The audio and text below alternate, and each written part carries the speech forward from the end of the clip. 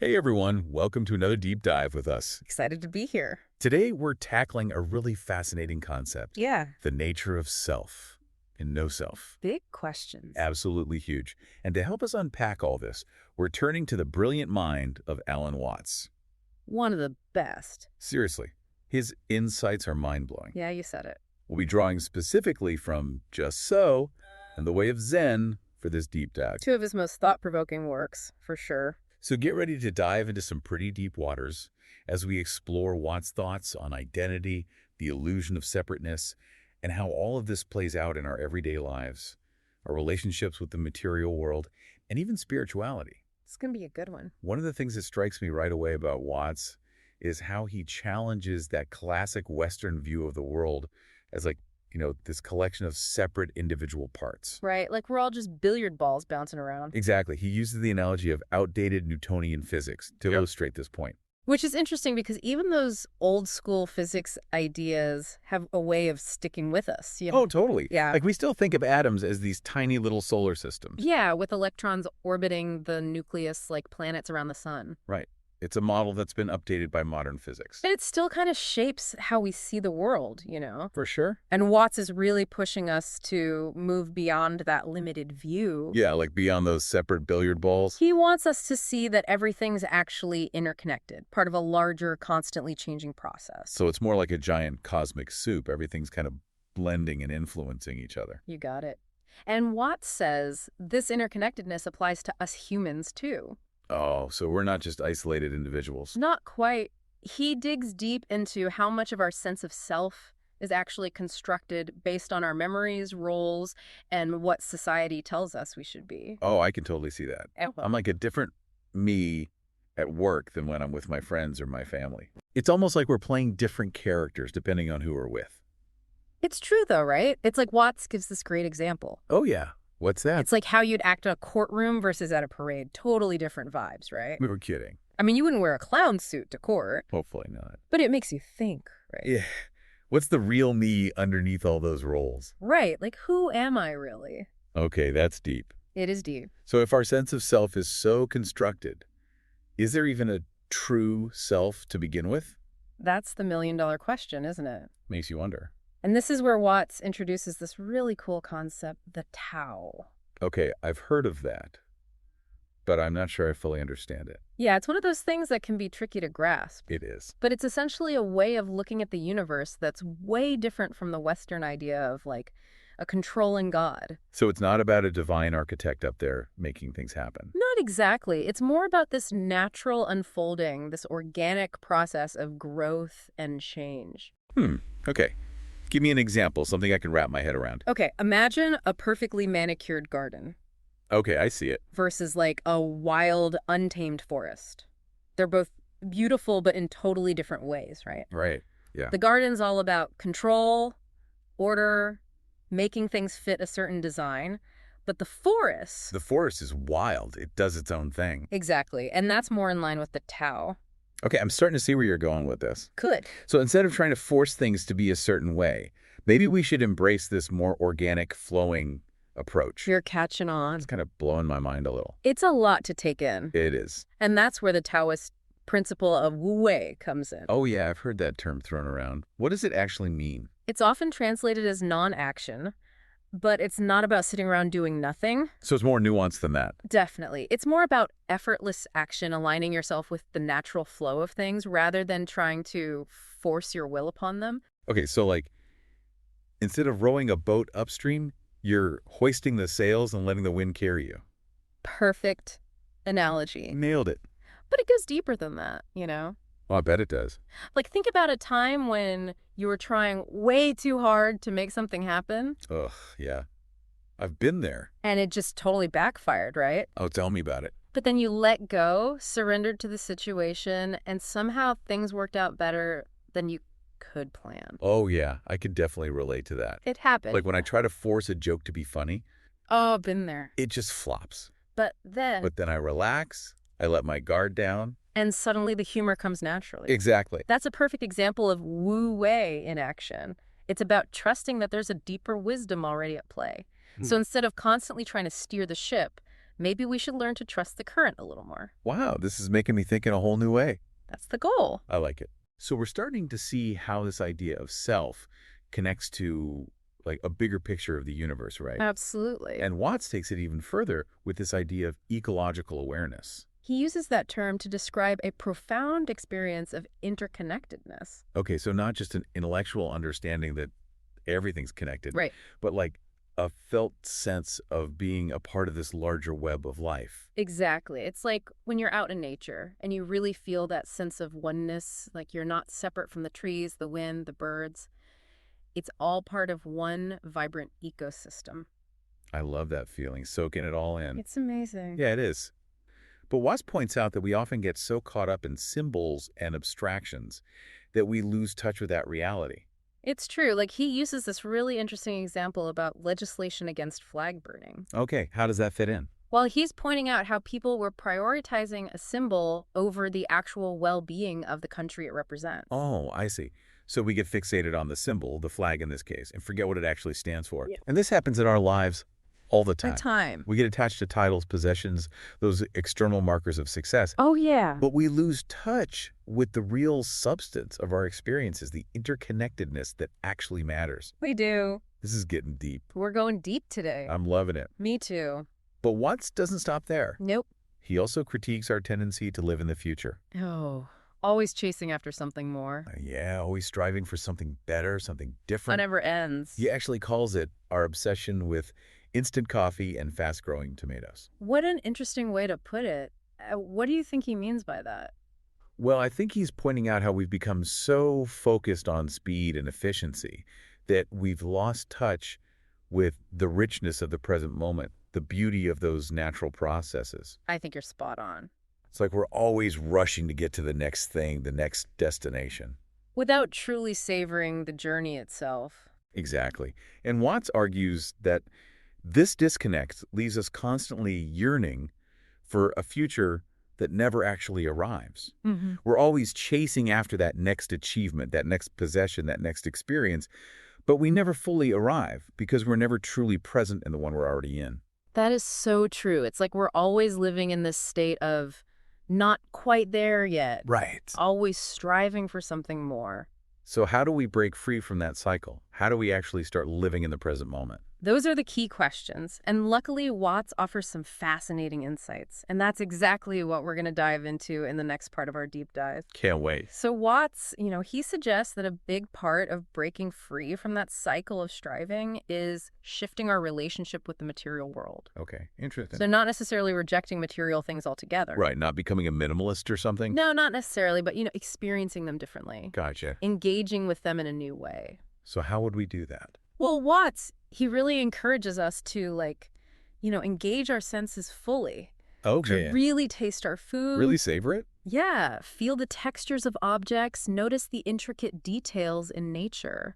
Just be more present in those sensory experiences. Yeah. It's like waking up to the richness of, just our physical existence being in our body. Okay, yeah, I can see that. It's like shifting from just mindlessly going through the motions. Right, not just scarfing down a sandwich, Exactly. but really slowing down, appreciating the flavors, the textures, the crunch of the bread. Yeah. Like, what does it feel like to actually eat? That feeling of satisfaction. Yes. It's about bringing that level of awareness to all our senses. To everything we do. To everything, exactly. Okay, I'm starting to get this, but what about our relationship with money and possessions? Yeah. It seems like our culture is just obsessed with accumulating more and more stuff. Oh, absolutely. And Watts was very aware of that.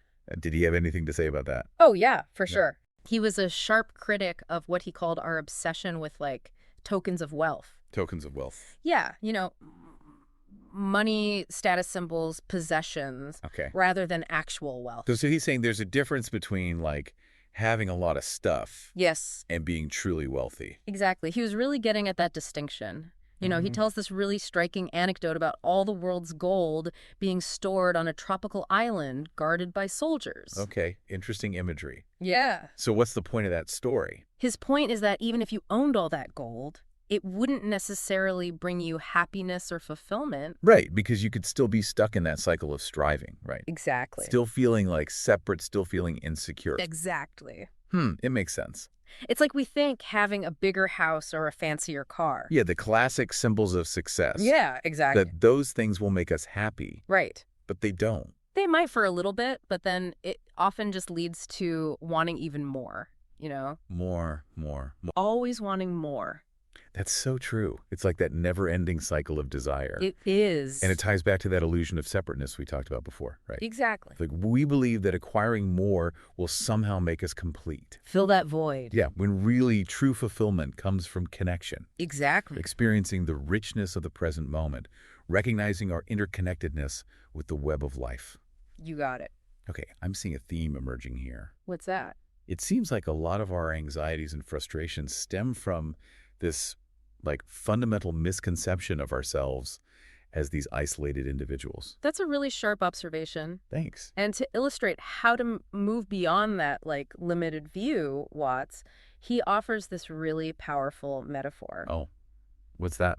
He talks about swinging. Swinging, like on a swing set? Not quite. He uses swinging to represent embracing the natural rhythm and flow of life. Okay, I think I see where you're going with this. So it's about letting go of that rigidity and control that we often try to impose on ourselves and our experiences. You got it. So more like a dancer, moving effortlessly with the music. Yes. As opposed to someone trying to force their body into these stiff, unnatural positions. Exactly. He uses this imagery of squares and circles, straight lines versus wiggly lines. Okay, yeah, I get that. It's like we're trying to fit ourselves into these rigid boxes when life is actually this fluid, ever-changing dance. Love that analogy. Mm. And it makes me think about areas in my own life where I'm being too rigid, too serious. Oh, interesting. Like where? Well, I don't know, just am I missing out on the potential for joy and flow? Yeah. Because I'm trying to control everything. That's a great It question. makes you think. It does. So this whole idea of letting go of the ego, that sounds amazing in theory. It does, doesn't it? But isn't that easier said than done? You're telling me. And Watts acknowledges that. Oh, yeah, for sure. He doesn't shy away from that at all. Okay, good, because it feels pretty daunting. It is. And, he actually says that trying to get rid of the ego can be a trap in itself. What do you mean? Well, he uses this analogy of trying to put out a fire with fire. Okay, I see what he's getting at. Yeah. Trying to force yourself to be less egotistical just makes the ego stronger. It can. It's like a paradox. Right, it's counterintuitive. It is. And so instead of seeing the ego as the enemy, Which is kind of how we usually think of it. right, the thing we need to conquer, Yeah. he suggests that we try to recognize it as a part of a larger process. It's like a wave in the ocean. Oh, okay. It rises and falls, appears and disappears. But it's always part of that vastness of the sea. Always a part of it. Okay, so it's not about eradicating the ego completely, No, but about understanding its true nature and how it fits into the bigger picture. exactly. And this brings us closer to understanding the idea of no self, right? It does. So Watts is arguing that as we recognize the interconnectedness of all things, Yeah. this illusion of a separate, independent self begins to dissolve. It does. It's like realizing that the wave isn't actually separate from the ocean. Right. It's simply an expression of it. Yeah, a temporary expression of the ocean's vastness. Beautiful way to put it. Wow, this is mind-blowing stuff. Mhm. So is it even possible to experience this no-self state? Good question. What would that even feel like? Another good question, and these are the kinds of questions that lead us to some of the most, radical and challenging aspects of Watts' thinking. Okay, yeah, I can see that. But before we dive into that, Yeah. maybe let's take a moment to reflect on what we've explored so far, Yeah, for sure. I think it's good to pause here. It's a lot to take in. It is. It's a lot. So what's standing out to you right now? Honestly, it's a lot to take in. But I think what resonates most with me is this idea of letting go of control, embracing the flow of life, and finding joy in the present moment, Yeah. It's like a whole new way of being in the world. It is. It's a wonderful insight and a great foundation for understanding the deeper implications of no self. Ooh. Okay, now you got me hooked. Good. Because that's exactly where we're headed next. It is. The final part of our deep dive. Can't wait. All right, so we've been on this incredible journey exploring self and no self with Alan Watts. It's been quite the ride. Yeah, it has. A lot to think about, It is. for sure. And now we're getting to the really mind-bending stuff. The deep end of the pool. Exactly. Like, what does it actually mean to experience this no-self state? Yeah, like how do we even wrap our heads around that? Right. Like, what is that? Is it just like an empty void? Well, and here's where it gets even more interesting. Oh, good. I like interesting.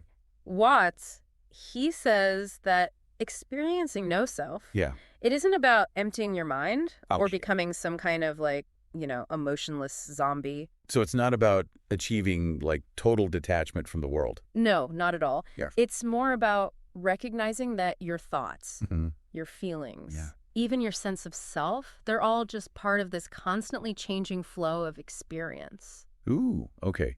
So it's more about like going with the flow Yeah. instead of trying to like dam up the river. Exactly. It's like realizing that you're not the waves, you're the ocean. I like that. It's that sense of vastness. Okay, that makes sense. But how do we actually experience this no self thing? Right. Like, do we need to meditate for years in a cave to get there? Well, Watts, he talks about these moments of what he calls accidental illumination. Accidental illumination. Yeah, where this realization can just spontaneously arise. Oh, okay. So it can just happen. Yeah, it can just sneak up on you. Cool. And he compares it to that feeling of being in a dream, Okay. where things don't feel quite real. Like Yeah. those boundaries between you and the world become kind of blurred. I think I've had moments like that, actually. Really? Like what? Like where I'm doing something totally ordinary, like, Yeah. washing the dishes or something. And I suddenly get this like weird sense of detachment. Oh, interesting. Like I'm watching myself from outside my body. Yeah, like an out-of-body experience almost. Yeah, kind of. Is that like what he's talking about? It could be. Watts emphasizes that these experiences, they can be fleeting, Oh. and we often don't even recognize them. Because we're not paying attention. Yeah, our minds are so used to, like, clinging to that fixed sense of self. Right, that solid sense of me. Exactly. So how do we become more aware of those moments? Well, Watts, he suggests a practice of just simply observing. Observing. Yeah, observing your experience without judgment. Okay, so like noticing my thoughts, my feelings, but not getting all caught up in them. Exactly. Just noticing them arising and passing away like clouds in the sky. Like clouds. Okay, I like that. Just observe the sensations in your body, the sounds around you. Okay, I can try that. Yeah. Just be more aware. Just noticing it all without, getting caught up in the story or trying to, control the flow of things. Right, just letting it be. Exactly. And Watts, he says, as you practice this mindful awareness, you might start to see the world differently. Oh, how so? Well, he talks about this shift in perception where everything appears as what he calls a controlled accident. A controlled accident. That's interesting. It is, isn't it? It's like this spontaneous unfolding of interconnected events. Okay, so even though things might seem random on the surface, there's actually this, like, underlying intelligence at play. That's a beautiful way to put it. And, Watts challenges us Yeah. to live our lives as this controlled accident. As a controlled accident, wow. Embracing the spontaneity and interconnectedness of the universe while still, engaging in our daily activities. Okay, so we're not just checking out of reality. No. We're still here. We're still participating. We're still in the game, But with a different perspective. with a different awareness. That sounds incredibly liberating, but also, I don't know, a little daunting, to be honest. Oh, for sure. It's a big shift. Yeah, so how do we actually live that way? Well, he offers some practical suggestions, Oh, okay, like what? Like he talks about following your nose. Following your nose. Yeah, or like, following your feet. Okay, I like that. Yeah, it's about being open to like unexpected adventures, letting curiosity and intuition guide you. Oh, okay, so not being so attached to those rigid plans we make. Exactly. It's about being more open to the twists and turns of life. Yeah, trusting that even if we don't have all the answers, we'll figure it out. We will. We'll find our way. We will. I like that. And perhaps most importantly, Yeah. Watts reminds us that this whole journey of like self-discovery, it's not about reaching some ultimate goal Okay. or becoming some kind of like perfect being. This is not about becoming like an enlightened guru. Right, who's always blissed out. Yeah, detached from the world. Yeah, not at all. Okay. Watts emphasizes that the real joy of this path lies in embracing our humanness.